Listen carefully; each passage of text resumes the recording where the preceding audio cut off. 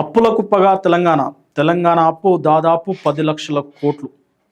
కేసీఆర్ సర్కార్ అధికారంలో ఉన్నప్పుడు తెలంగాణ రాష్ట్రం మొత్తం అప్పుల్లో ఉందని, రాష్ట్ర ప్రజల నెత్తి మీద అప్పుల భారం పెరిగిందని, పుట్టబోయే బిడ్డ మీద కూడా కేసీఆర్ 3 లక్షల అప్పు మోపు చేసిండని ముఖ్యమంత్రి రేవంత్ రెడ్డితో సహా బీజేపీ నేతలు కూడా అప్పట్లో ఆరోపించారు. ఇక 2023లో కాంగ్రెస్ ప్రభుత్వం అధికారంలోకి వచ్చింది.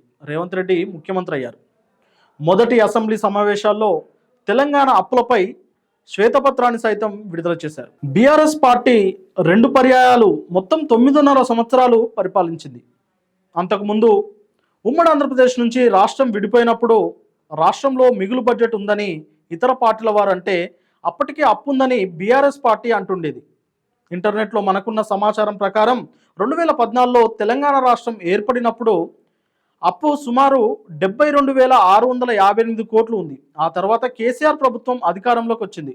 2014లో తెలంగాణ రాష్ట్రం ఏర్పడినప్పటి నుంచి కేసీఆర్ పాలన ముగిసే సమయానికి 6.71 లక్షల కోట్ల నుంచి 7 లక్షల కోట్ల వరకు అప్పు ఉందని రేవంత్ రెడ్డి ప్రభుత్వం విడుదల చేసిన వైట్ పేపర్లో ఉంది.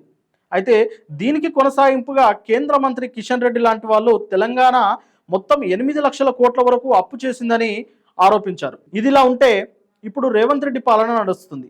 2023 డిసెంబర్లో అధికారంలోకి వచ్చి నేటికి 16 నెలలు పూర్తి చేసుకుంది. అయితే రేవంత్ రెడ్డి ప్రభుత్వం ఎంత అప్పులు చేసింది అనేది అధికారికంగా ఎక్కడ లెక్కలు లేకపోయినా విశ్వసనీయ సమాచారం ప్రకారం ఇప్పటి వరకు 1.6 లక్షల కోట్ల అప్పు చేసినట్లు ఆరోపణలు ఉన్నాయి. ఇదే విషయాన్ని బీఆర్ఎస్ వర్కింగ్ ప్రెసిడెంట్ కేటీఆర్ సైతం చాలాసార్లు ప్రస్తావించారు. అలాగే కేంద్ర మంత్రి తెలంగాణ రాష్ట్ర బీజేపీ అధ్యక్షుడు కిషన్ రెడ్డి సైతం అన్నారు. దీనిపై కాగ్ ఎలాంటి అధికారిక ప్రకటన విడుదల చేయలేదు.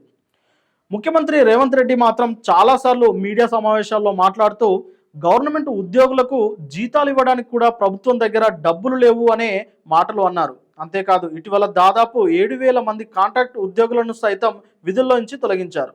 కేసీఆర్ చేసిన అప్పులకు ప్రతి నెల 3,000 కోట్లకు పైగా మిత్తి చెల్లిస్తున్నామని అనేక సార్లు ఆయన అన్నారు. దీన్ని బట్టి చూస్తే ఇప్పటికే తెలంగాణ రాష్ట్రం 9 లక్షలకు పైగా అంటే దాదాపు 10 లక్షల అప్పు చేసిందనేది అర్థమవుతుంది. ఇదే నిజమైతే రానున్న రోజుల్లో ఇంకెంత అప్పు అవుతుందనేది విశ్లేషకులు భావిస్తున్నారు.